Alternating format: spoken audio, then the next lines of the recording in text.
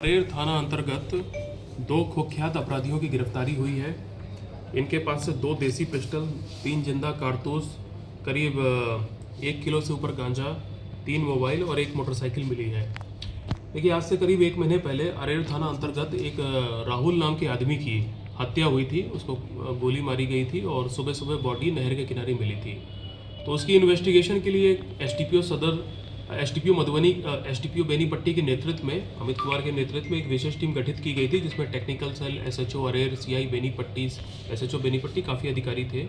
और ये टीम लगातार पिछले 1 महीने से अपना काम कर रही थी और इसकी इन्वेस्टिगेशन करके कल सक्सेसफुली इन 2 लोगों को अरेस्ट किया गया है। दोनों ने पूछताछ में अपना अपराध स्वीकार किया है।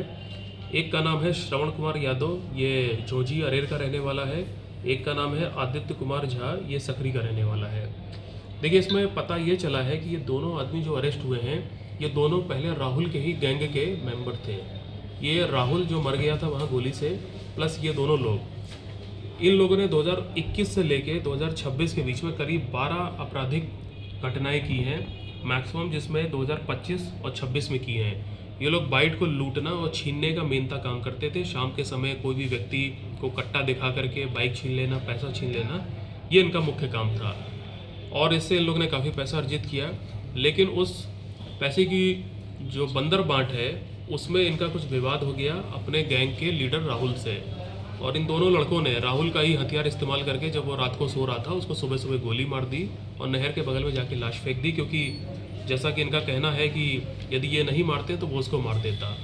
तो उसमें जो मर्डर का मेन कारण था वो यही था और इन्हीं लोगों ने किया है। तो पुलिस ने वो हथियार बरामद कर लिया है, दोनों लड़कों को भी अरेस्ट कर लिया है और मोटिव भी पूरी तरह से क्लियर हो गया है। मैं आपको यहाँ ये बताना चाहूँगा कि आज से करीब 2 महीने पहले टाउन थाना क्षेत्र में एक लड़का था राम बाबू सदाए। उसकी जो अरेर वाले केस में मृतक था राहुल, उसने चाकू मार के हत्या कर दी थी। तो उस केस में जो मेन अभियुक्त था राहुल, उसकी तो मृत्यु हो गई गोली से 1 महीने पहले। लेकिन उसमें ये जो मेन लड़का है आदित्य कुमार झा, जो आज अरेस्ट हुआ, ये भी उसमें शामिल था। तो उस मर्डर केस का भी खुलासा हो गया है, अरेर वाले मर्डर केस का भी खुलासा हो गया पूरी तरीके से। और 2026 में हमारे विभिन्न थाना क्षेत्रों में करीब 5 से 6 जो लूट की घटनाएं दर्ज हुई थी, उसमें भी यही गैंग था। तो उसका भी पूरी तरह से खुलासा हो गया है। तो इन दोनों पे और राहुल पे कुल मिला के कम से कम 12 से 18 आपराधिक मामले, मैं देख रहा हूँ कि दरभंगा में भी कुछ मामले दर्ज हैं, ज़्यादातर हमारे थाना क्षेत्र में। तो ये जो पूरा आपराधिक गैंग था, ये हथियार लेकर के, चाहे हत्या हो या लूट हो, छिनतई हो, ये लोग लगातार पिछले 2 साल से कर रहे थे।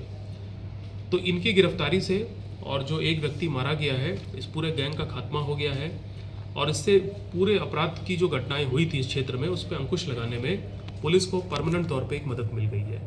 तो एसडीपीओ बेनीपट्टी ने और उनकी पूरी टीम ने बहुत बेहतरीन काम किया है। हम सबको अपनी तरफ से पुरस्कृत करेंगे। सर, बताया गया कि 2026 में कई लूट की घटना में शामिल है। कौन कौन से लूट? जैसे देखिए, प्रश्न नोट में लिखा है, रहिका में 2 लूट की घटनाएं की थी 2026 में इन्होंने। कलवाही में 2 लूट की घटनाएं की हैं जनवरी और फरवरी के महीने में। नरैया में 1 लूट की घटना की है फरवरी के महीने में।